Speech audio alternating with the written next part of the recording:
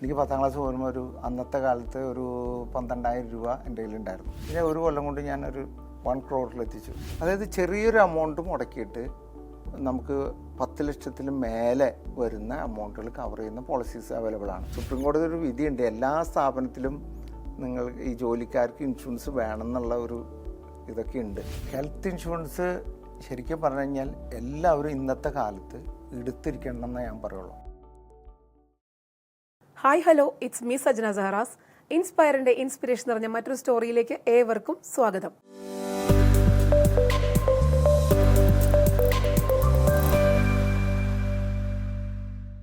പത്താം ക്ലാസ് തൊട്ട് ബിസിനസ് എന്ന ആശയം മനസ്സിൽ കൊണ്ടു നടക്കുകയും ഒരുപാട് സംരംഭങ്ങളുടെ ഒരുപാട് ഉയർച്ച താഴ്ചകളുടെ കടന്നുപോയ ഒരു ബിസിനസ് ഉടമ അവസാനം ഇൻവെസ്റ്റ്മെന്റ് ഇല്ലാതെ റിസ്ക് ഫ്രീ ആയിട്ടുള്ള ഒരു ബിസിനസ് എന്ന ആശയം ഉൾക്കൊണ്ടുകൊണ്ട് മാവേലി പ്രൊഡൻഷ്യൽ പ്രൈവറ്റ് ലിമിറ്റഡിന്റെ ഉടമയായ നെൽസൺ സാറിന്റെ വിശേഷങ്ങളാണ് ഇന്ന് നമ്മൾ ഇൻസ്പയറിലൂടെ കേൾക്കാൻ പോകുന്നത്. Sir, warm welcome to Inspire show of inspiring stories. Thank you. അപ്പോൾ ഞാൻ കുറച്ച് ഇൻട്രൊഡക്ഷനൊക്കെ പറഞ്ഞു, പക്ഷേ സാറിന്റെ ബേസിക്കലി നമുക്ക് ആദ്യം ഒന്ന് പോകാം. അപ്പോൾ സാറിന്റെ നാട് എവിടെയാണ്, വീട് എവിടെയാണ്, വീട്ടിലാരൊക്കെയുണ്ട്? എൻ്റെ വീട് ഇരിഞ്ഞാലക്കുട റെയിൽവേ സ്റ്റേഷൻ്റെ അടുത്ത് കല്ലേറ്റിങ്കര എന്നൊരു സ്ഥലത്താണ്. ഓക്കെ. എൻ്റെ ഹൗസ് നെയിം മാവേലി ഹൗസാണ്. വീട്ടിൽ ഫാദർ, മദർ, ഭാര്യ, 3 കുട്ടികൾ. മൂത്ത 2 കുട്ടികൾ പുറത്താണ്. ഓക്കെ. അവർ അവിടെ പുറത്ത് വർക്ക് ചെയ്തുകൊണ്ടിരിക്കുന്നു. പിന്നെ മോള് ഇവിടെ പഠിച്ചുകൊണ്ടിരിക്കുന്നു. ഓക്കെ. അപ്പോൾ ഒരു സന്തുഷ്ട കുടുംബം. യെസ്. അപ്പം പ്രേക്ഷകർക്കായിട്ട് ഒന്ന് പറയാമോ, എന്താണ് Maveli prudential private limited? Maveli prudential private ലിമിറ്റഡിൻ്റെ ഒരു ഇൻഷുറൻസ് കൺസൾട്ടൻസി സ്ഥാപനമാണ്. അതുപോലെ നമ്മൾ ഓരോരുത്തരുടെ ആവശ്യങ്ങളനുസരിച്ച് അവർക്ക് ചേരുന്ന പ്രൊഡക്റ്റുകൾ നമ്മൾ അവർക്ക് അതിൻ്റെ ഡീറ്റെയിൽസുകൾ പറഞ്ഞു കൊടുത്ത് അവരെ ഗൈഡ് ചെയ്യുന്നു. I think it's A cluster of insurance services അല്ലേ? അപ്പം നമുക്ക് തീർച്ചയായിട്ടും നമ്മൾ ജീവിതത്തിൽ മുന്നോട്ട് പോകുമ്പോൾ എല്ലാവരും കേൾക്കുന്ന ഒരു ഇൻഷുറൻസ് ആയിരിക്കുള്ളൂ, ലൈഫ് ഇൻഷുറൻസ് അല്ലെങ്കിൽ ചിലപ്പോൾ വെഹിക്കിൾ ഇൻഷുറൻസ്. പക്ഷെ ഇതൊന്നും ഇല്ലാതെ ഒരുപാട് കാറ്റഗറി ഓഫ് ഇൻഷുറൻസ് ഉണ്ടെന്നുള്ളത് മാവേലി പ്രൊഡൻഷ്യൽ പ്രൈവറ്റ് ലിമിറ്റഡിൽ കേൾക്കുമ്പോൾ മനസ്സിലാക്കാൻ പറ്റുന്നത്. അപ്പോൾ എന്തൊക്കെയാണ് ആ ഒരു കാറ്റഗറീസ് വരുന്നത്? നമുക്ക് നോർമലി എല്ലാവരും അറിയുന്ന ഒരു കാറ്റഗറി എന്ന് പറയുമ്പോൾ ഒന്ന് ലൈഫ് ഇൻഷുറൻസ്. പണ്ട് LIC എന്ന് പറയുമ്പോൾ എല്ലാവർക്കും ലൈഫ് ഇൻഷുറൻസിൻ്റെ ഒരു ചിട്ടി എന്നൊക്കെ പറയുന്ന പഴയ കാലത്ത് അങ്ങനെയാണ് പറയുക. ഇപ്പം ഇന്ന് LIC മാത്രമല്ല, ഒരുപാട് പ്രൈവറ്റ് കമ്പനികളും മാർക്കറ്റിലുണ്ട്. നല്ല കൂടുതൽ ഫീച്ചേഴ്സും ബെനിഫിറ്റുകളും കിട്ടുന്ന പ്രൊഡക്റ്റുകളുണ്ട്. ഗ്യാരണ്ടീഡ് ആയിട്ടുള്ള പ്രൊഡക്റ്റുകളുണ്ട്. Pension plans, child care plans അതുപോലെ ഉണ്ട്. പിന്നെ അതുപോലെ തന്നെ ഹെൽത്തിൽ നമ്മുടെ പോപ്പുലേഷൻ വെച്ച് നോക്കുമ്പോൾ വളരെ കുറവ് ആൾക്കാർ മാത്രമാണ് ഈ ഹെൽത്ത് ഇൻഷുറൻസ് എടുത്തിട്ടുള്ളൂ. അതായത് എനിക്ക് തോന്നുന്നു ഒരു 25 to 30% മാത്രമേ എടുത്തുള്ളൂ.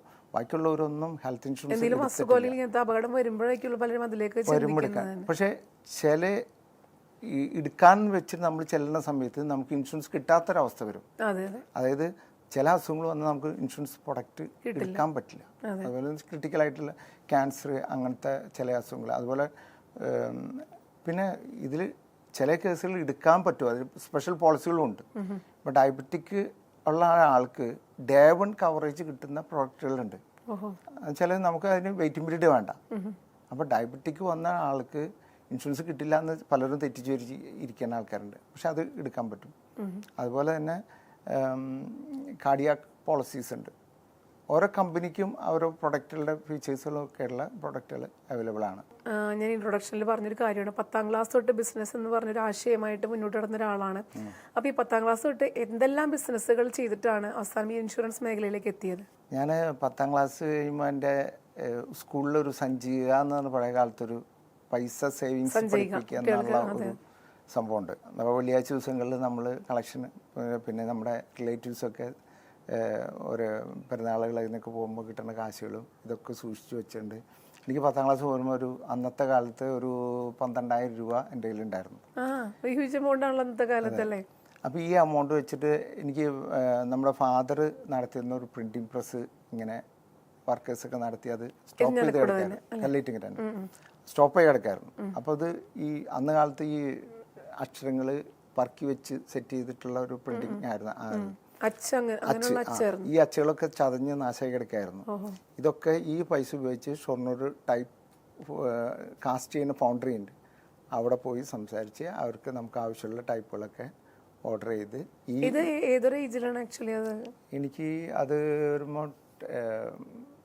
15 ആ ഒരു പ്രായത്തിലാണ് ഈ പ്രിന്റിംഗ് പ്രസ് നടത്താനുള്ള ഒരു ആഗ്രഹമൊക്കെ വരുന്നത്. ആ പൂട്ടിക്കട ഒരു പ്രസ് ഉണ്ടല്ലോ. അപ്പം ഞാൻ ചെറുപ്പത്തിൽ സ്കൂളിൽ പോകുമ്പോൾ 1ാം ക്ലാസ്സിലൊക്കെ ഞാൻ പോകുമ്പോൾ ഈ അക്ഷരങ്ങൾ പറക്കി വെച്ച് എൻ്റെ പേര് അതിൽ പ്രിന്റ് ചെയ്ത് പേപ്പറിൽ പ്രിന്റ് ചെയ്ത് പുസ്തകം ഒട്ടിക്കുമ്പോൾ ഭയങ്കര സാറ്റിസ്ഫാക്ഷൻ ആണ്. കാരണം വെച്ചാൽ എഴുതുന്നതിൽ പകരം പ്രിന്റ് ചെയ്ത് ഒരു സാധനം ഒട്ടിക്കാന്ന് പറഞ്ഞാൽ പിള്ളേരൊക്കെ അപ്പൊ പിള്ളേരൊക്കെ ഇത് ഭയങ്കര സംഭവമായിട്ട് അന്നൊക്കെ എനിക്ക് ഭയങ്കര ഇതായിരുന്നു. അങ്ങനെയാണ് ആ ഒരു ചെറുപ്പം മുതലേ ആ പ്രിന്റിങ്ങിലേക്ക് എനിക്ക് ഭയങ്കര താല്പര്യമുണ്ട്. പ്രിന്റിങ്ങിന്റെ A to Z ഞാൻ അതിൽ നിന്ന് തന്നെ പഠിച്ചു.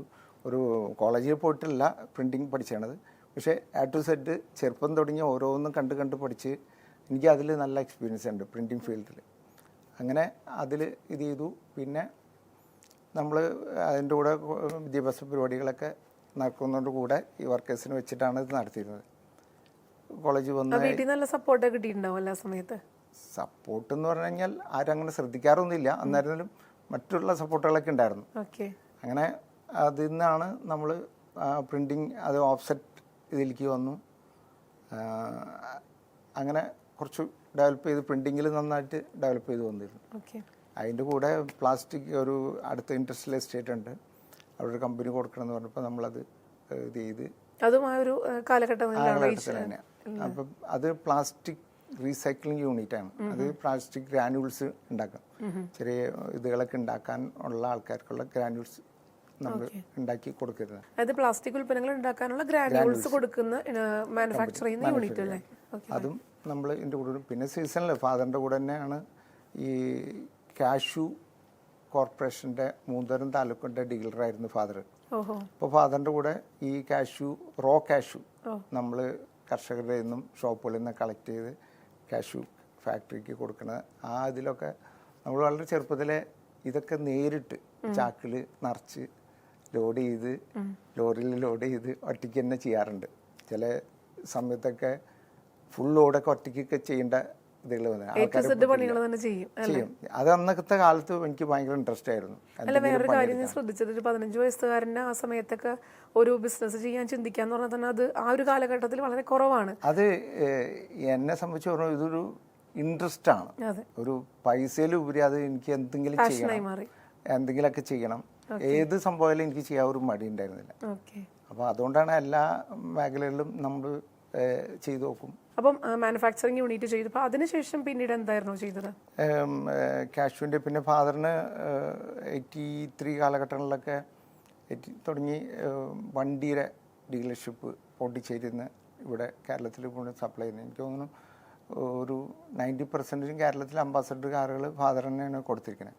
അപ്പം അന്ന് നമുക്ക് ആ വണ്ടികളുടെ ഇൻഷുറൻസ് എടുക്കാൻ വേണ്ടിയിട്ട് ഒരു ഇൻഷുറൻസ് യുണൈറ്റഡ് ഇന്ത്യയുടെ ഒരു ലൈസൻസ് ഉണ്ടായിരുന്നു. അപ്പം നമ്മളുടെ എടുക്കുന്ന വണ്ടികളൊക്കെ കൂടുതൽ ചെയ്തിരുന്നു. പിന്നെ ചെറിയ ലോക്കൽ വണ്ടികളൊക്കെ ചെയ്തിരുന്നു. അപ്പോൾ ബിസിനസിൻ്റെ കൂടെ ഇതൊരു പാർട്ട് ടൈം ആയിട്ടാണ് പോയിരുന്നത്. പോണ്ടിച്ചേരിയിലേക്ക് പോകാനുള്ള കാരണം എന്തായിരുന്നു? ആക്ച്വലി പോണ്ടിച്ചേരിയിൽ വണ്ടിക്ക് റേറ്റ് ഭയങ്കര വ്യത്യാസം, കേരളത്തിൽ ടാക്സിൻ്റെ ഭയങ്കര വ്യത്യാസം. പിന്നീട് ഒരു കാലഘട്ടം വന്നപ്പോൾ അത് എൻട്രി ടാക്സ് വന്നപ്പോൾ പുള്ളി അത് സ്റ്റോപ്പ് ചെയ്തു. പിന്നെ ഈ പ്ലാസ്റ്റിക് ഗ്രാനുൾസ്, പിന്നെ ഞാൻ സ്കൂളിൽ പഠിക്കുന്ന ചെയ്തൊരു ഈ painting, pencil drawing, clay modelling, stitching, ഇതൊക്കെ സ്കൂളിലെ കാലഘട്ടത്തിൽ ഞാൻ നന്നായിട്ട് ചെയ്തിരുന്നു. പക്ഷേ ബിസിനസ് തുടങ്ങിയ സമയത്ത് തുടങ്ങി അതൊക്കെ സ്റ്റോപ്പായി. അപ്പോൾ മൈൻഡിലൊരു ആർട്ടിസ്റ്റിക് കുറച്ച് ഇതുള്ളതുകൊണ്ട് എനിക്ക് പ്രിൻറ്റിങ്ങിൽ നന്നായിട്ട് ഡിസൈനിങ് അങ്ങനത്തെ കാര്യങ്ങളിലൊക്കെ കുറച്ച് നന്നായിട്ട് എനിക്ക് പെർഫോം ചെയ്യാനും പറ്റിയിരുന്നു. പ്രിൻറ്റിങ്ങിൽ നാട്ടിലൊരു നല്ലൊരു പേരുണ്ടായിരുന്നു. അതുകൊണ്ട് ആ ഒരു ക്വാളിറ്റി, പിന്നെ ടൈമിൽ ഡെലിവറി, ഇതൊക്കെ നമ്മുടെ ഒരു സ്പെഷ്യാലിറ്റി ആയിരുന്നുകൊണ്ട് ഞാൻ പെട്ടെന്ന് നല്ലോണം അതിൽ ഫ്ലറിഷ് ചെയ്തു. അപ്പോൾ ഇതിൽ നമ്മൾ ആദ്യം നോക്കുകയാണെങ്കിൽ പ്രിൻറ്റിംഗ് പ്രസ് ആയാലും പിന്നെ മാനുഫാക്ചറിങ് യൂണിറ്റ് ആയാലും കാർ ഡീലർഷിപ്പ് ആയാലും ഇതെല്ലാം ചെയ്തതിന് ശേഷം എങ്ങനെയാണ് സാർ ഒരു ഇൻഷുറൻസ് മേഖലയിലേക്ക് എത്തിയത്? എനിക്ക് ശരിക്കും പറഞ്ഞു കഴിഞ്ഞാൽ ഇതൊക്കെ നടന്നുകൊണ്ടിരിക്കുമ്പോൾ എൻ്റെ ബ്രദറിന് ഒരു ബിസിനസ് തുടങ്ങണമെന്നൊരാഗ്രഹത്തോൽ പുള്ളി ഷാർജയിൽ ഒരു കളർ ലാബ് തുടങ്ങാൻ ആളുടെ ഒരു ഫ്രണ്ട് കൂടി പാർട്ണർഷിപ്പിൽ അവിടെ തുടങ്ങി. അപ്പോൾ നമ്മൾ കുറേ ഇൻവെസ്റ്റ്മെൻറ്റുകൾ വേണ്ടി വന്നു. അങ്ങനെ വന്നപ്പം അത് പിന്നീട് അത് നാട്ടിലേക്ക് മെഷീൻ കൊണ്ടുവരാനും കസ്റ്റംസിൽ നിന്ന് ഇതെടുക്കാനും ഒരുപാട് എക്സ്പെൻസുകൾ വന്നപ്പോൾ ബാങ്ക് ലോൺ ഇതുകളൊക്കെ എടുത്ത് വലിയൊരു ബാധ്യത നമ്മുടെ ഫാമിലിക്ക് വന്നു. അങ്ങനെ വന്നപ്പം നമ്മൾ എന്താ പറയുക, നമ്മുടെ ബിസിനസ്സിൽ പ്രോഫിറ്റൊക്കെ ഇങ്ങനത്തെ പലിശകളായിട്ട് പോകുന്ന കാരണം കൊണ്ട് നമുക്ക് ഡെവലപ്പ് ചെയ്യാൻ പറ്റാത്തൊരവസ്ഥയിലേക്ക് വന്നു. അങ്ങനെയാണ് പിന്നെ നമ്മളൊരു 2005 എനിക്ക് ഇപ്പം എൻ്റെ പ്രിൻറ്റിങ് ഫീൽഡൊക്കെ ഉപേക്ഷിക്കേണ്ട ഒരു സിറ്റുവേഷൻ വന്നു. പിന്നീട് ഞാൻ ഒരു കൊല്ലം പുറത്ത് കുവൈറ്റിൽ ഒരു പ്രിൻറ്റിങ് ഇൻചാർജായിട്ട് ഒരു പ്രസ്സിൽ വർക്ക് ചെയ്തിരുന്നു. നാട്ടിലല്ലേ എന്തെങ്കിലും ഒരു ഫ്ലോപ്പ് കഴിഞ്ഞിട്ട് പിന്നെ എല്ലാവരും പോകുന്ന പ്രവാസ ലോകത്തേക്കാണല്ലോ. അപ്പൊ സാറും അത് എക്സ്പീരിയൻസ് ചെയ്തിട്ടുണ്ടായിരുന്നു. അത് നമുക്ക് ഈ പ്രിന്റിങ് ഫീൽഡായതുകൊണ്ട് എനിക്ക് ഇൻട്രസ്റ്റ് ആയിരുന്നു. അങ്ങനെ പറഞ്ഞപ്പോൾ ഞാൻ പോയി. അപ്പോൾ പക്ഷേ അവിടെ ഒന്നും നമുക്ക് ഒരു എന്താ പറയുക, നമ്മുടെ ആ എഫർട്ടിനുള്ള ഒരു റിട്ടേൺസ് കിട്ടില്ല എന്ന് ബോധ്യപ്പെട്ടുകൊണ്ട് തിരിച്ചു പോന്നു. വീണ്ടും നമ്മുടെ എന്തെങ്കിലും ഇൻവെസ്റ്റ്മെന്റ് ഇല്ലാത്ത, തീർച്ചയായിട്ടും നാട്ടിൽ പ്രിന്റിംഗ് പ്രസ്സൊക്കെ നടത്തിയിട്ടുള്ള ഒരാൾ ഒരു പ്രിന്റിംഗ് പ്രസ്സിൽ ഒരു ജോലി ചെയ്യാൻ പോവാന്ന് പറയുന്നത് തന്നെ ശരിക്കും ഒരു മാച്ചിങ് ആവില്ല. അപ്പൊ തീർച്ചയായിട്ടും സാറിനെ പോലെ പാഷനായിട്ട് എടുത്ത ആൾക്ക് ഒരിക്കലും പറ്റില്ല. ഒരിക്കലും എനിക്കത് നമ്മുടെ ഐഡിയാസ് ഒന്നും അവിടെ ഇംപ്ലിമെന്റ് ചെയ്യാൻ പറ്റില്ല. അവർ പറയുന്ന കാര്യങ്ങൾ മാത്രം ചെയ്യാം. അത് എനിക്ക് ഒരു ഭയങ്കരമായിട്ട് മാനസികമായിട്ട് ബുദ്ധിമുട്ടുണ്ടാക്കി. ഞാൻ പിന്നെ ഒരു കൊല്ലം കഷ്ടിച്ച് നിന്ന് തിരിച്ചു പോന്നു.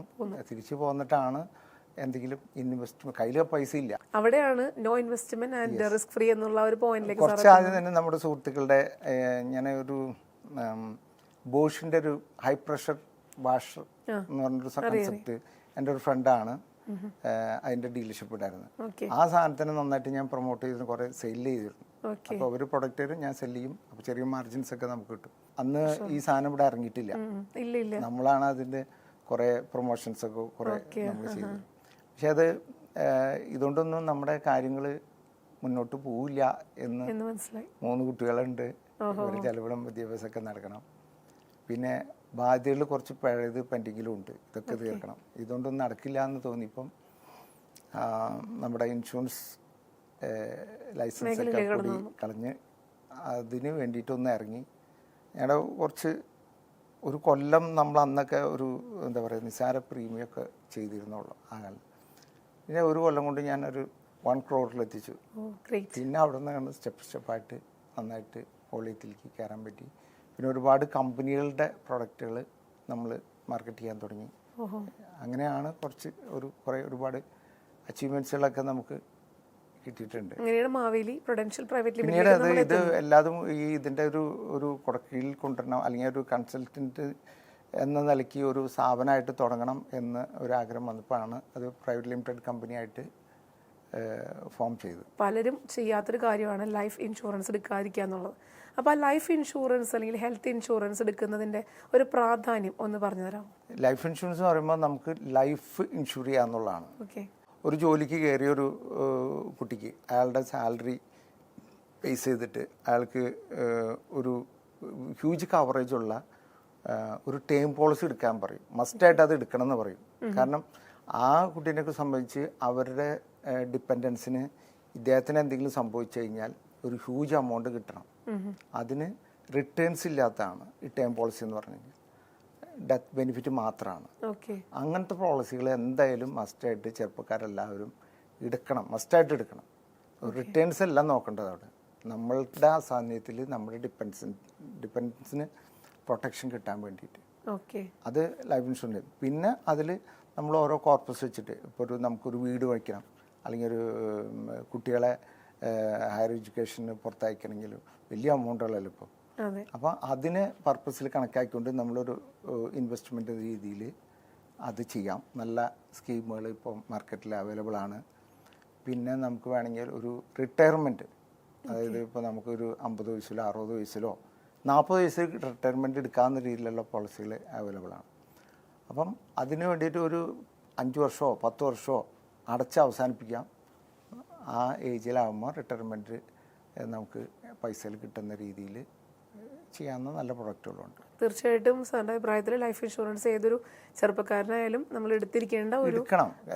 നമുക്ക് എന്തെങ്കിലും സംഭവിച്ചു കഴിഞ്ഞാൽ നമുക്ക് ഡിപ്പെൻഡൻസിന് ആ ഒരു ബെനിഫിറ്റിനും.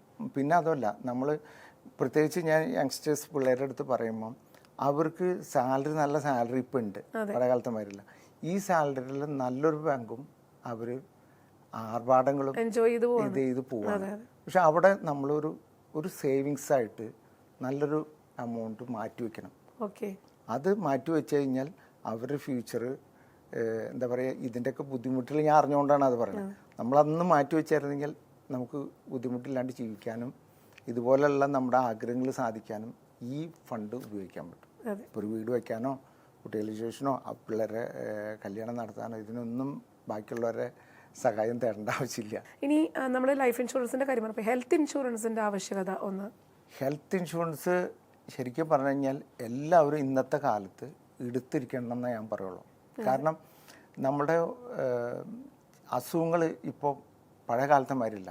ഹോസ്പിറ്റലിലെ എക്സ്പെൻസുകളൊക്കെ ഇന്ന് ഇപ്പം ഭയങ്കരമായിട്ട് കൂടിക്കൊണ്ടിരിക്കുകയാണ്. അപ്പം നമ്മൾ ഈ ഹോസ്പിറ്റൽ എക്സ്പെൻസ് നമ്മൾ അപ്രതീക്ഷിതമായിട്ട് നമുക്ക് നമ്മുടെ കുടുംബത്തിൻ്റെ ആ താളം തന്നെ തെറ്റിക്കുകയാണ്.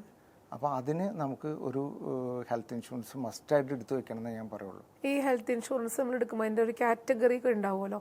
തീർച്ചയായിട്ടും പല പല കാറ്റഗറീസിലായിരിക്കുള്ള ഓരോ ഇൻഷുറൻസ് സർവീസും കൊടുക്കുന്നത്. അതിൻ്റെ കാറ്റഗറി എങ്ങനെയൊക്കെയാണ് വരുന്നത്? കാറ്റഗറി എന്ന് പറഞ്ഞു കഴിഞ്ഞാൽ ഇപ്പോൾ നമുക്കിപ്പോൾ ചില അസുഖങ്ങളുള്ള ആൾക്കാർക്ക് ചില പ്രൊഡക്റ്റുകൾ എടുക്കാൻ പറ്റില്ല. ഡയബറ്റിക് ഉള്ള ആൾക്കാർക്ക് ഡയബറ്റിക് പോളിസീസ് ഉണ്ട്, ഡേ 1 കവറേജ് ഉള്ളത്.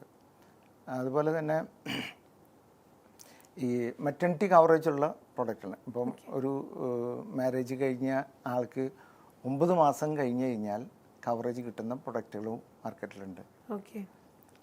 അപ്പോൾ ഒരു മെറ്റർണിറ്റീസ് നോർമലിൽ ഒരു അസുഖമായിട്ട് കൺസിഡർ ചെയ്യില്ല, അതൊരു ക്ലെയിം കിട്ടില്ല. പക്ഷേ ഇപ്പോൾ അങ്ങനത്തെ ഇത് ചെയ്യുന്ന പ്രൊഡക്റ്റുകളും അവൈലബിൾ ആണ്. പലതിലും പല ഇൻഷുറൻസിലും ഈ ഡെന്റൽ കവർ ചെയ്യില്ല എന്നുള്ളത് കേട്ടിട്ടുണ്ട്. അപ്പോൾ അത് എന്തുകൊണ്ടാണ്? അല്ലെങ്കിൽ ഡെന്റൽ എന്ന് പറയുമ്പോൾ ഒരു കോസ്മെറ്റിക് ഇതിൽ പെടുന്നതുകൊണ്ട് നോർമലി ഡെന്റൽ കവർ ചെയ്യില്ല. അത് ഒരു ഇൻഷുറൻസ് കമ്പനിയിലും കവർ ചെയ്യില്ല. പുറം രാജ്യങ്ങളിലൊക്കെ കവർ ചെയ്യുന്നുണ്ട്, അങ്ങനത്തെ സ്പെഷ്യൽ പോളിസികളുണ്ട്. നമ്മുടെ ഇവിടെ OP-യിൽ ബെനിഫിറ്റ് കിട്ടുന്ന ചില പ്രൊഡക്റ്റുകളുണ്ട്. അതുപയോഗിച്ചിട്ട് ഡെന്റൽ ട്രീറ്റ്മെന്റിന്റെ ഒരു പർട്ടിക്കുലർ എമൗണ്ട് വരെയൊക്കെ കവർ ചെയ്യുന്നു. പലർക്കുള്ള ഒരു ഡൗട്ടായിരിക്കും ആയുർവേദിക് ട്രീറ്റ്മെന്റ്സ് ഈ ഇൻഷുറൻസിൽ ഹെൽത്ത് ഇൻഷുറൻസിൽ കവർ ചെയ്യുന്നുള്ളത്. അത് എങ്ങനെയാണ് അതിൻ്റെ? ഇന്ന് ഇപ്പം മിക്കവാറും എല്ലാ കമ്പനികളും ആയുർവേദം 100% കവർ ചെയ്യുന്നുണ്ട്. ചില കമ്പനികൾ പർട്ടിക്കുലർ എമൗണ്ട് മാത്രം കൊടുക്കുള്ളൂ. പക്ഷെ ഇപ്പോൾ ഒരുമാതിരി എല്ലാ കമ്പനികളും 100% ആയുർവേദം കവർ ചെയ്യുന്നുണ്ട്. NRIസിന് വേണ്ടിയിട്ട് ഒരു സ്പെഷ്യൽ ഒരു ഇൻഷുറൻസ് നമ്മൾ കാറ്റഗറി കൊടുക്കുന്നുണ്ടല്ലോ, അതെന്താണ്? യെസ്, ഇപ്പം ഫാമിലി അടക്കം ഇന്ത്യക്ക് പുറത്ത് ജീവിക്കുന്നവർക്ക് അവരുടെ പാസ്പോർട്ടും വിസയും കോപ്പികൾ കൊടുക്കണമെങ്കിൽ അവർക്ക് ഹെൽത്ത് ഇൻഷുറൻസിൽ 40% ഡിസ്കൗണ്ട് ലഭിക്കും. അതിൽ ആകെ ഒരു ഡ്രോബാക്ക് എന്ന് പറഞ്ഞാൽ എന്തെങ്കിലും ഒരു ക്ലെയിം എടുത്തു കഴിഞ്ഞാൽ ആ ഡിസ്കൗണ്ട് നഷ്ടപ്പെടും. ഇപ്പോൾ പുറത്തുള്ള ഒരാളെ സംബന്ധിച്ച് കഴിഞ്ഞാൽ അവർ കുറേ നാൾ അവിടെ തന്നെ നിൽക്കാനോ ഉദ്ദേശിക്കുന്നുണ്ടെങ്കിൽ അവരെന്തെങ്കിലും നാട്ടിൽ വരുന്ന സമയത്ത് ഒരു ഇൻഷുറൻസ് കൊണ്ടാന്ന് വെച്ചാൽ മേ ബി ചിലപ്പോൾ എന്തെങ്കിലും അസുഖങ്ങൾ വന്നാൽ അവർക്ക് എടുക്കാൻ പറ്റാത്ത അവസ്ഥ. അപ്പോൾ ഇപ്പോൾ പ്രീമിയം ഡിസ്കൗണ്ടിൽ നമുക്ക് ഇപ്പോൾ പോളിസി എടുത്ത് വയ്ക്കാൻ പറ്റിയ നല്ലൊരു അവസരം കൂടിയാണ്. NRIസിനുള്ള സ്പെഷ്യൽ ഓഫറാണ്. ആക്ച്വലി 40% ഡിസ്കൗണ്ട് നമ്മൾ കൊടുക്കുന്നുള്ളത്. അപ്പോൾ ഒരു ഫസ്റ്റ് ടൈം നമ്മൾ എടുത്തു കഴിഞ്ഞിട്ടുണ്ടെങ്കിൽ പിന്നെ നോർമൽ ആ ഒരു കാറ്റഗറിയിലേക്ക് നമ്മൾ പോകുമായിരിക്കും. അതെ, ക്ലെയിം വന്നു കഴിഞ്ഞാൽ അവർക്ക് ഇതിന് അതുപോലെ തന്നെ പുറത്തുനിന്ന് ഫാമിലി നാട്ടിൽ സെറ്റിൽ ചെയ്യാലും ആ ഡിസ്കൗണ്ട് നഷ്ടപ്പെടും. അപ്പോൾ NRIs എടുത്തിട്ടുണ്ടെങ്കിൽ നാട്ടിലുള്ള ബന്ധുക്കൾക്ക് നാട്ടിലുള്ള വീട്ടുകാർക്ക് ആ ഒരു സ്പെഷ്യൽ ഡിസ്കൗണ്ടിൽ അവർക്ക് കിട്ടുമോ? ഇല്ല, ഓൺലി ഫോർ ദാറ്റ് പേഴ്സൺ. അവിടെ ആ ഫാമിലിക്ക് മാത്രം, ഫാമിലി അടക്കമുണ്ടെങ്കിൽ മാത്രമാണ് പ്രൊവൈഡ് ചെയ്യുള്ളൂ. അങ്ങനെ കിട്ടുള്ളൂ. അല്ലാതെ ഒരാൾ മാത്രമായിട്ട് നിൽക്കുകയാണെങ്കിൽ കിട്ടില്ല, ഫാമിലി ആയിട്ട് നിൽക്കുകയാണെങ്കിൽ മാത്രമേ ആ ഒരു ഇത് കിട്ടുന്നുള്ളൂ അല്ലേ? സർ, ഹെൽത്ത് ഇൻഷുറൻസിന്റെ കാര്യം പറയുകയാണെങ്കിൽ ഒരു 5 ലക്ഷം അല്ലെങ്കിൽ 10 ലക്ഷം ഒക്കെ ക്ലെയിം വന്നിട്ടുണ്ടെങ്കിൽ നമുക്കത് മാനേജ് ചെയ്യാൻ പറ്റും. പക്ഷേ അതിലപ്പുറം ഒരു വലിയ എമൗണ്ട് ഒക്കെ വന്നിട്ടുണ്ടെങ്കിൽ നമുക്കത് എങ്ങനെയാണ് മാനേജ് ചെയ്യാനായിട്ട് പറ്റുന്നത്? അപ്പം അങ്ങനത്തെ ഒരു സാഹചര്യത്തിൽ നമുക്ക് കൊടുക്കാവുന്ന പോളിസികൾ ഉണ്ട്. അതായത് ടോപ്പ് അപ്പ് പോളിസീസ് എന്ന് പറയും. അതായത് സാധാരണ ഒരു കസ്റ്റമർ 5 ലക്ഷം സം ഇൻഷുർഡിൻ്റെ ഒരു പോളിസി എടുത്തു കഴിഞ്ഞാൽ 5 ലക്ഷം കഴിഞ്ഞ് കഴിഞ്ഞാൽ നമുക്ക് കവറേജ് ഇല്ല. നമുക്ക് ചില കമ്പനിയുടെ പ്രൊഡക്റ്റിൽ 5 ലക്ഷം കഴിഞ്ഞ് കഴിഞ്ഞിട്ട് ഡിസ്ചാർജ് ചെയ്തിട്ട് വീണ്ടും അഡ്മിഷൻ വന്നു കഴിഞ്ഞാൽ റീസ്റ്റോറേഷൻ എന്ന് പറഞ്ഞ് കിട്ടും. പക്ഷെ ഒറ്റ അഡ്മിഷനിൽ തന്നെ വലിയ എമൗണ്ട് 10 ലക്ഷം അല്ലെങ്കിൽ 20 ലക്ഷമോ അല്ലെങ്കിൽ 50 ലക്ഷമോ ക്ലെയിം വന്നിട്ടുണ്ടെങ്കിൽ നമുക്ക് ഒന്നും ചെയ്യാൻ പറ്റില്ല. അപ്പോൾ അങ്ങനെ വെച്ചാൽ നമുക്ക് ടോപ്പ് അപ്പ് പോളിസി, അതായത് ചെറിയൊരു എമൗണ്ട് മുടക്കിയിട്ട് നമുക്ക് 10 ലക്ഷത്തിന് മേലെ വരുന്ന എമൗണ്ടുകൾ കവർ ചെയ്യുന്ന പോളിസീസ് അവൈലബിൾ ആണ്. വളരെ ചെറിയ എമൗണ്ട് മാത്രം. 10 ലക്ഷത്തിന് മേലെ ഒരു 3000 രൂപ കൊടുത്തു കഴിഞ്ഞാൽ ഒരു ഫാമിലിക്ക് 1 കോടിയുടെ കവറേജ് കിട്ടും. 10 ലക്ഷം ഡിറ്റക്റ്റബിൾ ആയിട്ട് 90 ലക്ഷം കിട്ടും. ഒരു 3000 രൂപ മുടക്കി കഴിഞ്ഞാൽ 1 കോടിയുടെ കവറേജ് കിട്ടി. സേഫായില്ലേ? അതെ അതെ. അപ്പം ഇങ്ങനത്തെ പ്രൊഡക്റ്റുകളുണ്ട്. അത് ഡിപ്പെൻസ് ഏജ് അനുസരിച്ച് മാറ്റങ്ങൾ വരാം. ഫാമിലി മെമ്പേഴ്സിൻ്റെ അടുത്ത് മാറ്റങ്ങൾ വരും. ഇപ്പോൾ ഉദാഹരണത്തിന് ഇപ്പോൾ നമ്മൾ മിക്കവാറും ജോലിക്കാർ കമ്പനിയിൽ നിന്ന് പോളിസി ഉണ്ടാവും. അപ്പം ഞങ്ങൾ എന്തിനാ വേറെ എടുക്കണമെന്ന് പറയും. പക്ഷെ കമ്പനിയിൽ വരുമ്പോൾ ചിലപ്പോൾ 3 ലക്ഷം അല്ലെങ്കിൽ 5 ലക്ഷം സാധാരണ ഒരു കമ്പനിക്കാർ സംബന്ധിച്ചോട് കൊടുത്തിട്ടുണ്ടാവുള്ളൂ. അപ്പോൾ അവർക്കൊക്കെ ഈ ടോപ്പപ്പ് എടുത്തു കഴിഞ്ഞാൽ, പോളിസി എടുത്തു കഴിഞ്ഞാൽ ഇങ്ങനെ ഒരു ബെനിഫിറ്റും. പിന്നെ അവർക്ക് വരുന്ന വേറൊരു പ്രശ്നമുണ്ട് ജോലിക്കാർക്ക്. അവർ ആ കമ്പനിയിൽ നിന്ന് മാറുമ്പോൾ ആ പോളിസി കട്ടാവും. അത് ഗ്രൂപ്പ് പോളിസിയാണ്. അപ്പോൾ ഈ ഗ്രൂപ്പ് പോളിസി എപ്പോഴും പോർട്ട് ചെയ്യാൻ പറ്റില്ല. അപ്പോൾ ഇവർ ഇൻഡിവിജ്വലായിട്ട് പോളിസി അഡീഷണൽ എടുത്ത് വെക്കേണ്ടതാണ് ഞാൻ പറയണമെങ്കിൽ നല്ലത്. അപ്പോൾ അതിൻ്റെ പ്രീമിയം കുറയ്ക്കാൻ വേറെ ഓപ്ഷൻ കൂടി ഉണ്ട്. ഇപ്പോൾ 1 lakh ഡിറ്റക്റ്റബിൾ വെച്ചിട്ട് ബേസ് പോളിസി തന്നെ നമുക്ക് എടുക്കാം. അപ്പോൾ അതിൽ കുറേ പ്രീമിയം ഡിസ്കൗണ്ട് വരും. എപ്പോഴെങ്കിലും കമ്പനിയിൽ നിന്ന് വിട്ടുപോരാണ് ഈ ഡിറ്റക്റ്റബിൾ വേണമെങ്കിൽ റീ ഓപ്പൺ ചെയ്യാം. അപ്പം നമുക്ക് അത്ര നാളത്തെ ഡിസ്കൗണ്ട് കിട്ടി. കമ്പനിയിൽ നിന്ന് പോരുന്ന സമയത്ത് ഈ പോളിസിയുടെ കണ്ടിന്യൂറ്റി കിട്ടി. ഈ കണ്ടിന്യൂറ്റി ഭയങ്കര ഇമ്പോർട്ടൻ്റ് കാര്യമാണ്. ചില അസുഖങ്ങൾ വന്നാൽ നമുക്ക് പുതിയ പോളിസി എടുക്കാൻ പറ്റില്ല. അപ്പോൾ അതിനൊരു അവസരമാണ്. പിന്നെ വലിയ കവറേജിന് വേണ്ടിയിട്ട് ടോപ്പ് അപ്പ് പോളിസീസും ഉപയോഗിക്കാം. പിന്നെ നേരത്തെ പറഞ്ഞു ഈ കമ്പനികളുടെ ഈ ഗ്രൂപ്പ് പോളിസീസ് ശരിക്കും പറഞ്ഞാൽ ഒരു സുപ്രീം കോടതി ഒരു വിധിയുണ്ട്. എല്ലാ സ്ഥാപനത്തിലും നിങ്ങൾ ഈ ജോലിക്കാർക്ക് ഇൻഷുറൻസ് വേണം എന്നുള്ള ഒരു ഇതൊക്കെ ഉണ്ട്. പക്ഷെ ആരും അത്ര കാര്യമാക്കാറില്ല. ഒരു ജോലിക്കാരുണ്ടെങ്കിൽ പോലും അയാൾക്ക് ഈ സ്ഥാപനത്തിൻ്റെ ഉടമ ഇൻഷുറൻസ് കൊടുക്കേണ്ടതാണ് ശരിക്കും. അറ്റ്ലീസ്റ്റ് ഒരു ആക്സിഡൻറ്റ് പോളിസിയെങ്കിലും കൊടുക്കണം. ഇപ്പോൾ ആക്സിഡൻറ്റ് പോളിസി എന്ന് പറഞ്ഞു കഴിഞ്ഞാൽ പല രീതിയിലുണ്ട്. നമുക്ക് അസുഖങ്ങൾക്ക് മാത്രമല്ല, ആക്സിഡൻറ്റ് മൂലം ഉള്ള അസുഖങ്ങൾക്ക് മാത്രമല്ല, അവർ അസുഖം മൂലം, ആക്സിഡൻറ്റ് മൂലം കമ്പനിയിൽ ലീവ് ആയാൽ പോലും വീക്കിലി കോമ്പൻസേഷൻ കിട്ടുന്ന ഇതുകളുണ്ട്. അപ്പോൾ അങ്ങനെ വരുമ്പോൾ ഒരു ജോലിക്കാരന് ഒരു മാസം ബെഡ് റെസ്റ്റ് ആണെങ്കിൽ അയാൾക്ക് ശമ്പളം കിട്ടില്ലല്ലോ. അവിടെ ഇത് വീക്കിലി കോമ്പൻസേഷൻ ഇപ്പം ഒരു 5000 വെച്ചാണെന്നുണ്ടെങ്കിൽ ഒരു 20,000 രൂപ അയാൾക്ക് കിട്ടുമ്പോൾ അയാളുടെ കുടുംബം കഴിഞ്ഞു. അങ്ങനത്തെ കുറേ നല്ല പോളിസികളുണ്ട്. പക്ഷെ ആൾക്കാർ അതൊന്നും തിരിച്ചറിയണില്ല. അതിനെക്കുറിച്ച് ചെറിയ ചെറിയ പൈസ മുടക്കാൻ മടി കാണിക്കുന്നു. അതായത് ഇപ്പോൾ ഒരു ആക്സിഡന്റ് ഉണ്ടായി കഴിഞ്ഞിട്ട് നമ്മൾ ഇതിനെക്കുറിച്ച് നമ്മൾ ഭയങ്കരമായിട്ട് പ്രഷറൈസ് ചെയ്ത് നമ്മൾ നോക്കുമ്പോൾ പോലും ഇങ്ങനത്തെ ഒരു ഓപ്ഷൻസ് ഉണ്ടെന്നുള്ളത് അപ്പോഴും നമ്മൾ അറിയുന്നില്ല. ശരിക്കും ഈ ഇൻഷുറൻസ് മേഖലയെക്കുറിച്ച് പഠിച്ചാൽ മാത്രമേ ഇങ്ങനെ ജോലി സംബന്ധമായിട്ട് അല്ലെങ്കിൽ എന്തെങ്കിലും അസുഖമോ അല്ലെങ്കിൽ അപകടമോ വന്നിട്ട് നമ്മൾ ലീവ് എടുത്താൽ പോലും നമുക്ക് അതിന് കോമ്പൻസേഷൻ അല്ലെങ്കിൽ ഇങ്ങനത്തെ ഒരു ഇങ്ങനെ കിട്ടുന്നു എന്നുള്ളത്, ഇൻഷുറൻസ് വിഭാഗത്തിൽ നിന്ന് കിട്ടുന്നു എന്നുള്ളത് ഇറ്റ്സ് എ ന്യൂ ഇൻഫോർമേഷൻ. കൂടാതെ തന്നെ ഈ പോളിസി തന്നെ, ആക്സിഡൻറ്റ് പോളിസി തന്നെ ഇപ്പോൾ 1 കോടിയുടെ പോളിസി അല്ലെങ്കിൽ ആക്സിഡൻറ്റ് പോളിസി ഉണ്ട്. അത് കൂടുതലും ശരിക്കും പറഞ്ഞാൽ ഡോക്ടേഴ്സിനാണ് ഏറ്റവും ഉപകാരപ്പെടുന്നത്. കാരണം ഒരു ഡോക്ടറെ സംബന്ധിച്ച് അദ്ദേഹം ഒരു ആക്സിഡൻറ്റ് പറ്റി, സപ്പോസ് ഒരു ബാത്റൂമിൽ ഒഴുക്കി വീണ് ഫ്രാക്ചറായിട്ട് ഇയാൾ 1 മാസം കിടന്നു. ഇദ്ദേഹത്തിന് നമുക്ക് വീക്കിലി കോമ്പൻസേഷൻ എന്ന് പറഞ്ഞു കഴിഞ്ഞാൽ 1 ലക്ഷം വരെ ആഴ്ചയിൽ കിട്ടും. 4 ആഴ്ച 1 മാസം കിടന്നു കഴിഞ്ഞാൽ 4 ലക്ഷം കിട്ടി. പിന്നെ ആ ഫ്രാക്ചർ ഉണ്ടായതിൻ്റെ പേരിൽ മാത്രം 1 ലക്ഷം രൂപ അഡീഷണൽ വേറെ കിട്ടും, ചികിത്സയ്ക്ക് വേറെ കിട്ടും. അപ്പോൾ ആക്സിഡൻറ്റ് പോളിസിയിൽ കുറേ ബെനിഫിറ്റുകളുള്ള പോളിസികൾ അവൈലബിൾ ആണ്. കുറച്ച് പ്രീമിയം വേരിയേഷൻ വരുന്നു മാത്രം. മിനിമം ബേസിക് കാര്യങ്ങളുള്ളത് കൊണ്ട് അതുപോലെ കുറേ ഫീച്ചേഴ്സ് ബെനിഫിറ്റ് കുട്ടികളുടെ അതിൽ തന്നെ ഡെത്ത് കവറേജും കൂടി ഉണ്ട്. 1 കോടി. പിന്നെ അവരുടെ കുട്ടികളുടെ വിദ്യാഭ്യാസത്തിന് കാശ് കൊടുക്കും, ഫ്യൂണറിൻ്റെ കാശ് കൊടുക്കും. അങ്ങനെ കുറേ ഫീച്ചേഴ്സുകളുള്ള പ്രൊഡക്റ്റുകളും കുറേ അവൈലബിൾ ആണ്. പക്ഷെ പലരും ഇങ്ങനത്തെ കാര്യങ്ങളിലൊക്കെ ചെവി കൊടുക്കാനോ അത് അന്വേഷിക്കാനോ പോകുന്നില്ല. ആ ഒരു സമയം വരുമ്പോൾ മാത്രം നമ്മൾ അന്വേഷിക്കുള്ളൂ. അപ്പോഴേക്കും നമുക്ക് ഇതിന്റെ അറിവുകളൊന്നും ചിലപ്പോൾ നമുക്ക് പറഞ്ഞു തരാൻ ആളുണ്ടായിട്ടുണ്ടാവില്ല. ഇപ്പോൾ ലൈഫ് ഇൻഷുറൻസിനെ കുറിച്ചും നമ്മൾ ഹെൽത്ത് ഇൻഷുറൻസിനെ കുറിച്ചും പറഞ്ഞു കഴിയുമ്പോൾ തീർച്ചയായിട്ടും അടുത്ത് നമുക്ക് വരാൻ പോകുന്നത് വെഹിക്കിൾ ഇൻഷുറൻസ് ആണ്. അപ്പോൾ ആ ഒരു കാറ്റഗറിയും അതിനെക്കുറിച്ചൊക്കെ ഒന്ന് പറയാമോ? വെഹിക്കിൾ ഇൻഷുറൻസ് എന്ന് പറയുമ്പോൾ നമ്മൾ 2-3 ഉണ്ട്. Passenger vehicles, private vehicles, commercial vehicles, അങ്ങനെ 2-3 കാറ്റഗറി ഉണ്ട്. അപ്പം അതിൻ്റെയൊക്കെ കമേഴ്ഷ്യൽ വെഹിക്കിൾ എന്ന് പറയുമ്പോൾ GVWനെ ബേസ് ചെയ്തിട്ട് ഉള്ള ഒരു കാൽക്കുലേഷൻസ് പ്രീമിയംസ് വരുന്നത്. GVW കൂടുതൽ അനുസരിച്ച് കൂടുതൽ പ്രീമിയം വരും. അതായത് അത് എന്തുകൊണ്ടെന്ന് വെച്ചാൽ അത് വണ്ടിയുടെ അത്ര പവറുള്ള വണ്ടിയുടെ ഇമ്പാക്ട് കൂടുതലായിരിക്കും. അതനുസരിച്ച് ക്ലെയിം റേഷ്യോ കൂടും, അതനുസരിച്ച് പ്രീമിയം കൂടും. B2B എന്നുള്ള ആ ഒരു കാറ്റഗറിക്ക് വരുന്നത് B2B എന്ന് പറഞ്ഞാൽ ബമ്പർ ടു ബമ്പർ എന്ന് പറയും, അല്ലെങ്കിൽ നിൽ ഡിപ്രിസിയേഷൻ എന്ന് പറയും. അതെന്ന് വെച്ചാൽ നമ്മളൊരു പുതിയ വണ്ടി എടുക്കുമ്പോഴാണ് അത് കൂടുതൽ ആൾക്കാർ ഇത് ചെയ്യുന്നത്. നോർമൽ കമ്പനികളിൽ 5 വർഷം വരെ അത് കണ്ടിന്യൂ ചെയ്ത് പോവാം, ബമ്പർ ടു ബമ്പർ എന്ന് പറഞ്ഞാൽ. അപ്പോൾ അത് ക്ലെയിം വന്നാൽ ഫുൾ എമൗണ്ട് നമുക്ക് കിട്ടും. ഇപ്പോഴും വെഹിക്കിൾ ഇൻഷുറൻസ് ഒക്കെ എടുക്കാതെ പോകുന്ന ആൾക്കാർ പലരും ഉണ്ടാവും. ഒരുപാടുണ്ട്. അതെ, പക്ഷെ അവർക്ക് എന്തെങ്കിലും ഒരു ആക്സിഡന്റ് വരുമ്പോഴായിരിക്കും ഈ പറഞ്ഞ പോലെ നമ്മൾ ലൈഫ് ഇൻഷുറൻസിന്റെയും ഹെൽത്ത് ഇൻഷുറൻസിന്റെയും ഇമ്പോർട്ടൻസ് അറിയുന്ന പോലെ തന്നെയാണ് വെഹിക്കിളിന് ആക്സിഡന്റ് വരുമ്പോഴേക്കുള്ളൂ നമുക്ക് ആ ഒരു പ്രശ്നം അല്ലെങ്കിൽ ആ ഒരു ബാധ്യത നമ്മളെ വല്ലാതെ മിനിമം നമ്മുടെ വണ്ടിക്ക് തേർഡ് പാർട്ടിയിൽ ഉണ്ടായിരിക്കും. Third party means public liability. നമ്മുടെ വണ്ടി മൂലം മറ്റുള്ളവർക്ക് വരുന്ന നാശനഷ്ടങ്ങളിൽ കവർ ചെയ്യുന്ന പോളിസി ഉണ്ടെങ്കിലാണ് വണ്ടി റോഡിൽ ഇറക്കാൻ പാടുള്ളൂ. അതില്ലെങ്കിൽ വണ്ടി ആരും എടുക്കരുതെന്നാണ് ഞാൻ പറയുള്ളൂ. പലരും അത്യാവശ്യം വരുമ്പോൾ ആ ഇൻഷുറൻസ് ഇല്ലാന്ന് നോക്കില്ല, ആരും എടുത്തു കൊണ്ടുപോകും. എന്തെങ്കിലും പ്രശ്നം വന്ന് നമ്മുടെ എന്താ പറയുക വലിയൊരു ബാധ്യതയായി മാറും. വീട് പോലും നമുക്ക് നഷ്ടപ്പെടുന്ന അവസ്ഥയിലേക്ക് പോകും. ഈ തേർഡ് പാർട്ടി എടുക്കുമെന്ന് പറയുമ്പോൾ തീർച്ചയായിട്ടും ഒരു ഇത്രയും ഇയേഴ്സ് ഓഫ് വെഹിക്കിളിന് മാത്രം വെഹിക്കിൾ കഴിഞ്ഞ തേർഡ് പാർട്ടി മാത്രം കിട്ടുള്ളൂ എന്നുള്ളൊരു അങ്ങനെയില്ല.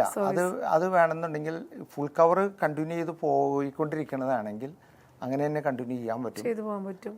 പ്രീമിയം വലിയ കൂടുതലൊന്നും വരില്ല. Third party premium OD premium എന്ന് പറഞ്ഞാൽ കുറച്ച് ഡിഫറൻസ് വരുള്ളൂ. അതുകൊണ്ട് കണ്ടിന്യൂസ് ആയിട്ട് പോകുന്നത് ഫുൾ കവറിൽ തന്നെ പോവാം. അപ്പോൾ ആസ് എ വ്യൂവർ ആയിട്ട് പറയുകയാണെങ്കിൽ പോലും പറഞ്ഞ ലൈഫ് ഇൻഷുറൻസും ഹെൽത്ത് ഇൻഷുറൻസും വെഹിക്കിൾ ഇൻഷുറൻസും കൂടാതെ മറ്റ് ഇൻഷുറൻസുകൾ എനിക്കറിയില്ല.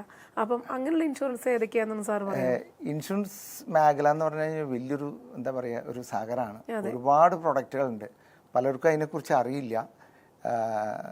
ഇപ്പം അതിന് റിലേറ്റഡ് ആയിട്ട് ആൾക്കാർക്ക് മാത്രം അതിനെക്കുറിച്ച് ഇപ്പോൾ ഒരു ഉദാഹരണം പറയുകയാണെങ്കിൽ നമ്മൾ ഫയർ ഇൻഷുറൻസ് എന്ന് പറയുന്നത് എല്ലാവരും പറയണ്ടെങ്കിലും ഭൂരിഭാഗം ആൾക്കാർ എടുക്കാറില്ല. ഇപ്പോൾ ഒരു വീട് ഇൻഷുർ ചെയ്യണമെങ്കിൽ ആ വീടിൻ്റെ ഫയർ ഇൻഷുറൻസ് എന്ന് പറയുമ്പോൾ അതിൽ എല്ലാ കവറേജുകളും പെടും. നാച്ചുറൽ കലാമിറ്റി, തീപിടുത്തം മാത്രമല്ല, ഭൂമികൽക്കം, സ്ട്രോം, ഇതെല്ലാം അതിൽ പെടുന്നതാണ്. പിന്നെ അതിൽ ആഡ് ഓൺ ആയിട്ട് നമുക്ക് തെഫ്റ്റും കൂടി ആഡ് ചെയ്യാം. കളവ് ഇതും കൂടിയിട്ട് അതിൽ ആഡ് ചെയ്തെടുക്കാം. പിന്നെ അതിൻ്റെ കൂടെ തന്നെ അതിൻ്റെ ഹൗസ് ഹോൾഡേഴ്സിൻ്റെ ബ്രേക്ക് ഡൗൺ കവറേജ് ചെയ്യുന്ന ഓപ്ഷൻസും ഉണ്ട്. ഇപ്പോൾ നമ്മൾ ലൈറ്റിനിങ് പോലെ എന്തെങ്കിലും കേടുവന്നു പോയാലും അല്ലെങ്കിൽ നോർമലി കേടുവന്നാലും കവർ ചെയ്യുന്ന ബ്രേക്ക് ഡൗൺ ഇൻഷുറൻസും കൂടി ആഡ് ചെയ്യാം. അതുപോലെ ഒരു കാര്യം നിങ്ങളുടെ അറിവിലേക്ക് പറയുകയാണ്, നമ്മളുടെ ലാപ്ടോപ്പ് മൊബൈലുകളൊക്കെ സാധാരണ ഇൻഷുറൻസ് എടുക്കില്ല. പക്ഷെ നമ്മുടെ ഹൗസ് ഹോൾഡേഴ്സിൻ്റെ കൂടെ നമുക്കിത് ചെയ്യുകയാണെങ്കിൽ അതും ഇൻഷുറൻസ് കവറേജ് കൊടുക്കാൻ പറ്റും. ഒരു ന്യൂ ഇൻഫോർമേഷൻ ആണത്. കാരണം നമുക്ക് സാധാരണ മൊബൈൽ അല്ലെങ്കിൽ ലാപ്ടോപ്പൊക്കെ കേടായിട്ടുണ്ടെങ്കിൽ അതിന് ഇൻഷുറൻസ് ഒരിക്കലും കിട്ടാൻ പോകുന്നില്ല. പക്ഷേ സാർ പറഞ്ഞ പോലെ ഹോം ഇൻഷുറൻസിൻ്റെ ഒപ്പം നമ്മൾ ആ ഒരു കാറ്റഗറി ആ ഒരു സെക്ഷൻ നമ്മൾ ചെയ്യുകയാണെങ്കിൽ തീർച്ചയായിട്ടും ഇതുപോലുള്ള സാധനങ്ങൾക്കും ഇൻഷുറൻസ് ലഭിക്കും അല്ലേ. ഒരു ആപ്പിളിൻ്റെ ഒരു 1.5 ലക്ഷം രൂപയുടെ ഒരു ഫോൺ വാങ്ങിക്കണമെങ്കിൽ ഈ ഫോണിന് ഷോറൂമിൽ നിന്ന് വാങ്ങിക്കുമ്പോൾ തന്നെ വേണമെങ്കിൽ ഇൻഷുറൻസ് എടുക്കാം. അതെ, ആ ഇൻഷുറൻസ് ഒരു മിനിമം ഒരു 15,000 വരും. അതെ, ആ മൊബൈലിന് മാത്രം. ഈവൻ ഒരു ഹോം ഇൻഷുറൻസ് ഒരു ചെറിയൊരു വീടിൻ്റെ ഇതനുസരിച്ച് നോക്കുമ്പോൾ നമുക്ക് വേണമെങ്കിൽ ഒരു 5,000 രൂപ അത് ഇൻഷുർ ചെയ്യാൻ പറ്റും. പിന്നെ അതുപോലെ മെറൈൻ ഇൻഷുറൻസ് എന്നൊക്കെ ആ ഒരു സംഭവമൊക്കെ കേൾക്കുമ്പോൾ നമ്മൾ വിചാരിക്കും മെറൈൻ ഇൻഷുറൻസ് പറഞ്ഞാൽ ആ മെറൈൻ ഡിപ്പാർട്ട്മെന്റ് വെച്ചിട്ടുള്ള ഇൻഷുറൻസ് ആണ്.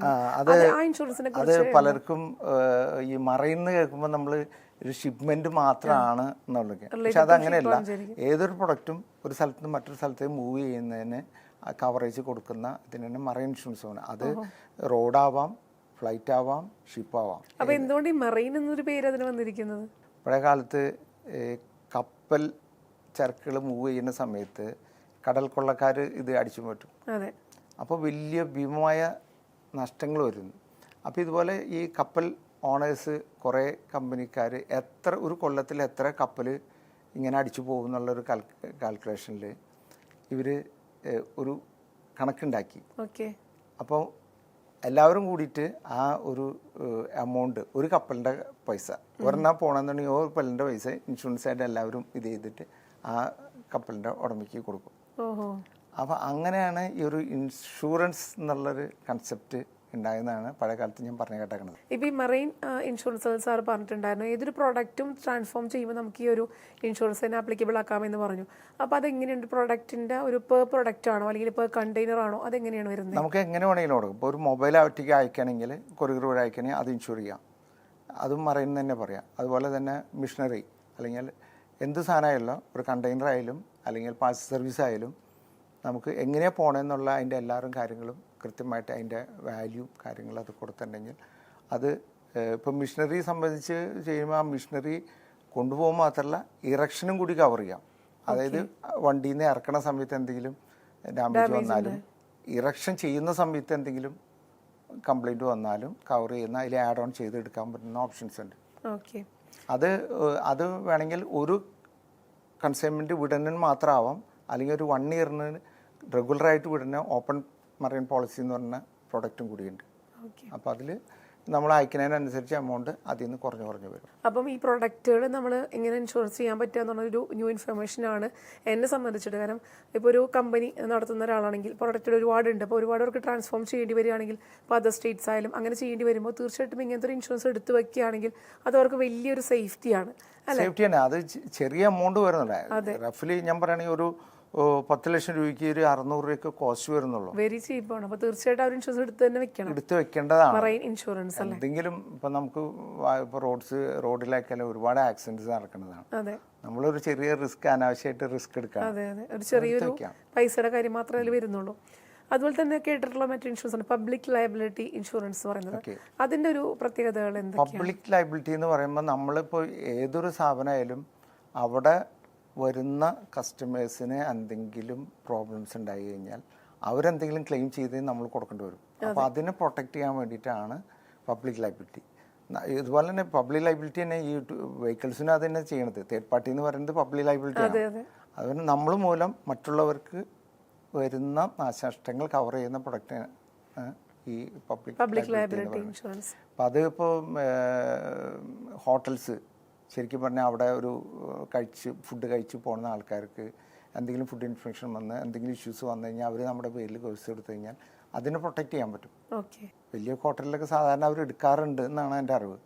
അതുപോലെ തന്നെ ഒരു സംഭവം പബ്ലിക് ലയബിലിറ്റി വരുന്ന ലിഫ്റ്റിലെ യാത്രക്കാർക്ക് നമുക്ക് ആർക്കും അറിയില്ല.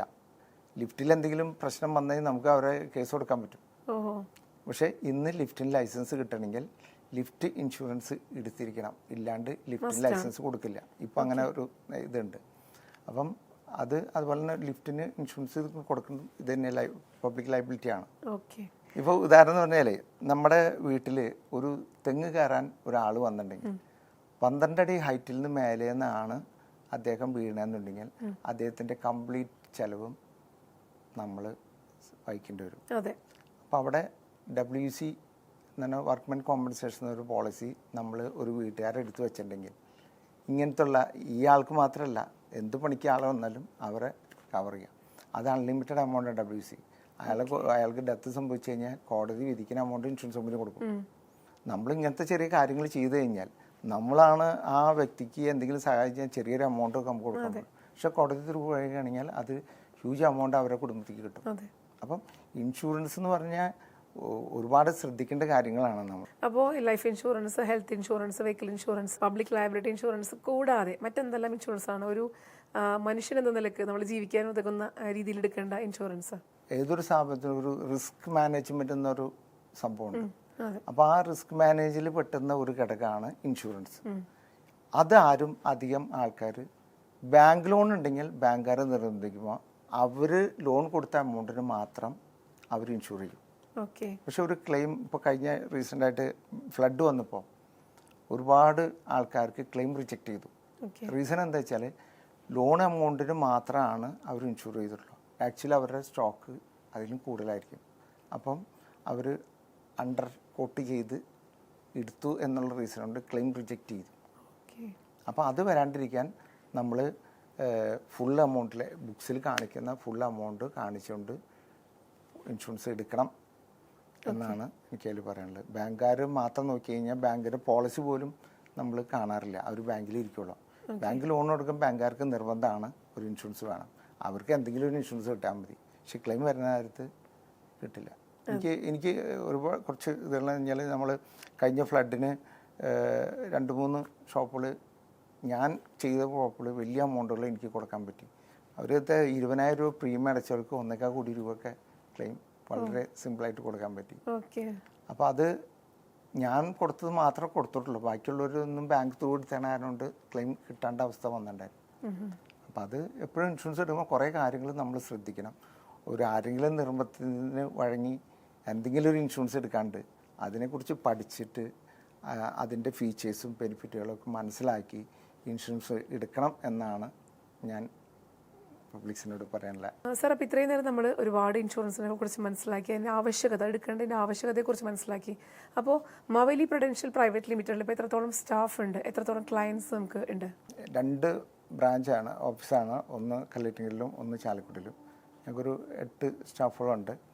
ഞങ്ങളുടെ ഒരു പ്രത്യേകത എന്ന് വെച്ചാൽ കസ്റ്റമറിന് സർവീസ് ബെസ്റ്റായിട്ട് കൊടുക്കാമെന്നുള്ളതാണ് ഞങ്ങളുടെ main customer satisfaction, customer king. അപ്പം അവർക്ക് എപ്പോഴും പുതിയ ഇപ്പോൾ ഒരു ഹെൽത്ത് ഇൻഷുറൻസ് എന്ന് പറഞ്ഞാൽ പലരും ചോദിക്കുമ്പോൾ ഹെൽത്ത് ഇൻഷുറൻസ് ഞങ്ങളുടെ അടുത്തുണ്ട്, പക്ഷെ ഒരു ക്ലെയിം വരുന്ന നേരത്തെ അവർക്ക് എന്തൊക്കെ അതിൽ പ്രശ്നങ്ങൾ വരുന്നുണ്ടെന്നുള്ളത് അവരറിയില്ല. അപ്പം നമ്മൾ കാലത്തിനനുസരിച്ച് പ്രോഡക്റ്റുകളും നമ്മൾ അപ്ഗ്രേഡ് ചെയ്ത് കൊടുക്കണം. അപ്പോൾ ഞങ്ങളത് കൂടുതലും ശ്രദ്ധിക്കാൻ എപ്പോഴും അവർ പുതിയ പ്രൊഡക്റ്റുകളും അതിലേക്ക് അവരെ പോർട്ട് ചെയ്യിക്കും. അപ്പോൾ അത് അവർക്ക് ബെനിഫിറ്റുകൾ കൂടുതലാവുള്ളൂ. സർ, നമുക്കറിയാം ഒരുപാട് ഇൻഷുറൻസ് കമ്പനികൾ കൂണ് പോലെ പൊട്ടിമുളക്കുന്ന ഒരു സ്ഥലമാണ് നമ്മുടെ കേരളം എന്ന് പറഞ്ഞാൽ. അപ്പോൾ ആ ഒരു ഇത്രയും ഇൻഷുറൻസ് മേഖലയിൽ, ആ ഒരു ഇൻഡസ്ട്രിയിൽ മാവേലി പ്രൊഡൻഷ്യൽ പ്രൈവറ്റ് ലിമിറ്റഡ് എങ്ങനെയാണ് യുണീക്ക് ആവുന്നത്, അല്ലെങ്കിൽ എങ്ങനെയാണ് ക്ലയൻസിനെ സാറ്റിസ്ഫൈ ചെയ്യിപ്പിക്കുന്നത്? മാവേലി ഇൻഷുറൻസ് പ്രൊഡക്റ്റുകൾ പല കമ്പനികളും നമ്മൾ റെക്കമെൻഡ് ചെയ്യാറുണ്ട്. പക്ഷേ ഇതിലുപരി നമ്മൾ കസ്റ്റമറിന് നല്ല സർവീസ് കിട്ടുന്ന പ്രൊഡക്റ്റുകൾ സെലക്ട് ചെയ്ത് നമ്മൾ കൊടുക്കുന്നു. അപ്പം അവർക്ക് എന്തെങ്കിലും ആവശ്യം വന്നു കഴിഞ്ഞാൽ അവരുടെ കൂടെ നിന്നുകൊണ്ട് ആ ക്ലെയിം പ്രോസസ്സ് കഴിഞ്ഞ് വരെ ഞങ്ങൾ അത് മോണിറ്റർ ചെയ്ത് അവർക്ക് വാങ്ങിച്ചു കൊടുക്കാൻ ഞങ്ങളുടെ ടീമും നന്നായിട്ട് സപ്പോർട്ട് ചെയ്യുന്നുണ്ട്. പലപ്പോഴും ശ്രദ്ധിച്ചിട്ടുണ്ടെങ്കിൽ നമുക്ക് മനസ്സിലാക്കാൻ പറ്റും, ഇൻഷുറൻസ് എടുപ്പിക്കാനായിട്ട് ആൾക്കാർ ഭയങ്കരമായിട്ട് ജാഗ്രതയായിട്ട് അവർ വന്ന് നമ്മുടെ അടുത്തെല്ലാം ചെയ്യിപ്പിക്കും. പക്ഷേ എന്തെങ്കിലും സർവീസ് ആവശ്യമായിട്ട് വരുമ്പോഴായിരിക്കുള്ളൂ അവർ ഓരോ കാര്യങ്ങൾ പറഞ്ഞിട്ട് ചിലപ്പോൾ ഒഴിഞ്ഞു മാറുന്നത്. അതിൽ പറഞ്ഞൊരു കാര്യം വളരെ വാല്യുബിളാണ്. നമ്മൾ ഇൻഷുറൻസ് പല ആൾക്കാരും ഒരു താൽക്കാലിക ജോലിയായിട്ട് ഏജൻറ്റുമാരായിട്ട് വരും. അവരെന്തെങ്കിലും നല്ല ജോലി കിട്ടുമ്പോൾ അവരത് ഇട്ടിട്ട് പോകും. അപ്പം അങ്ങനത്തെ ആൾക്കാരുടെ അടുത്ത് എനിക്ക് തന്നെ അറിയുമ്പോഴാണ് അത് സർവീസിൽ നിന്ന് കിട്ടുന്നില്ല, ആളിപ്പോൾ എവിടെയെന്ന് അറിയില്ല ആ ഏജൻറ്റ്. അപ്പോൾ അങ്ങനെ കുറേ ഇഷ്യൂസുകളുണ്ട്. അപ്പോൾ നമ്മൾ ഒരു കസ്റ്റമർ ഒരു ഇൻഷുറൻസ് പ്രോഡക്റ്റ് എടുക്കുമ്പോൾ അയാൾക്ക് നല്ല സർവീസും റിലയബിൾ ആളായിട്ട് ഉള്ള അടുത്തുനിന്ന് ഇൻഷുറൻസ് എടുക്കാമെന്നേ പറയുള്ളൂ. അപ്പോൾ തീർച്ചയായിട്ടും നമുക്ക് വിശ്വസിച്ച് ഇൻഷുറൻസ് എടുക്കണമെന്നുണ്ടെങ്കിൽ അത് ഏത് ഇൻഷുറൻസ് ആയാലും എടുക്കുന്നത് തീർച്ചയായിട്ടും നമുക്ക് സമീപിക്കാവുന്ന ഒരു കമ്പനിയാണ് മാവേലി പ്രൊഡൻഷ്യൽ പ്രൈവറ്റ് ലിമിറ്റഡ്. ഇത്രയും കാലഘട്ടങ്ങളിലൂടെ എങ്ങനെ ഇത്രയും, അതായത് പ്രിൻറ്റിംഗ് പ്രസ് ആയാലും അല്ലെങ്കിൽ മാനുഫാക്ചറിങ് യൂണിറ്റ് ആയാലും പിന്നെ ഇൻഷുറൻസ് മേഖലയിലേക്കാലൊക്കെ വന്നു കഴിയുമ്പോൾ തീർച്ചയായിട്ടും ഇതിലേക്ക് ഇത്രയും കുറേ കാലം ആ ഒരു മേഖലയിൽ തന്നെ നിൽക്കുമ്പോൾ പല അംഗീകാരങ്ങളും സാറ് തേടിയെത്തിയിട്ടുണ്ടാവും. അപ്പോൾ എന്തൊക്കെയാണ് ആ അംഗീകാരങ്ങൾ?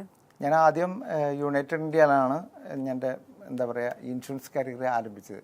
എനിക്ക് തോന്നുന്നു ഇപ്പം ഒരു 37 years ആയി എക്സ്പീരിയൻസ്. അതിൽ നിന്ന് കൂടെ നിന്നുകൊണ്ട് പല കമ്പനികളിലും പല ട്രെയിനിങ്ങുകളും പല ഇതുകളും നമ്മൾ പഠിച്ചുകൊണ്ടാണ് എനിക്ക് കൂടുതൽ പല ഇൻഷുറൻസിലെ പല പ്രൊഡക്റ്റുകളെ കുറിച്ചിട്ട് അറിയാനും ബാക്കിയുള്ളവർക്ക് അത് പറഞ്ഞു കൊടുക്കാനും സാധിച്ചത്. എനിക്ക് യുണൈറ്റഡ് ഇന്ത്യയിൽ ഞാനും എൻ്റെ വൈഫും ലൈസൻസ് ഹോൾഡറായിരുന്നു അന്ന്.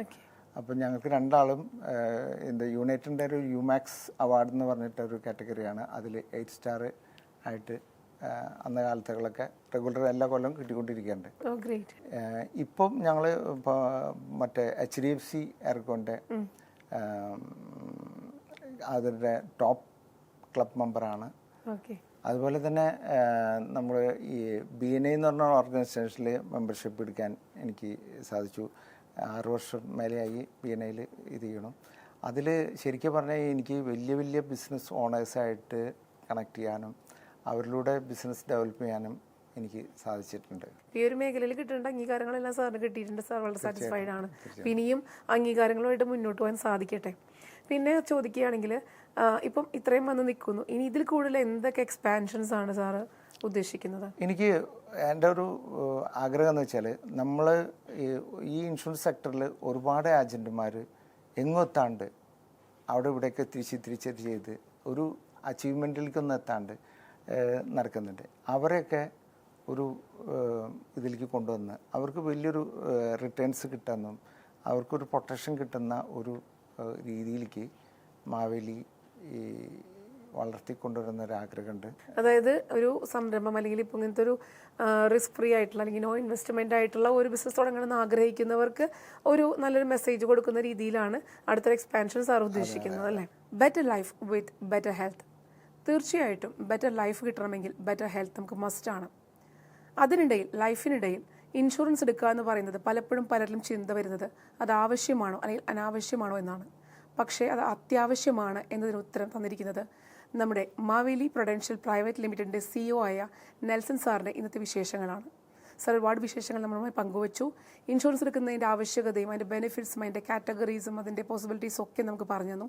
അപ്പോൾ തീർച്ചയായിട്ടും ഇൻഷുറൻസ് എടുക്കാത്തവർ കമ്പനിയുമായിട്ട് ബന്ധപ്പെടുക. ഒരുപാട് ഫെസിലിറ്റീസ് നമ്മളത് യൂസ്ഫുൾ ആക്കുക. അപ്പോൾ ഇനിയും ഇൻസ്പയറിംഗ് സ്റ്റോറിയുമായി കാണുന്നവരെ it's me Sajana Saharas signing of.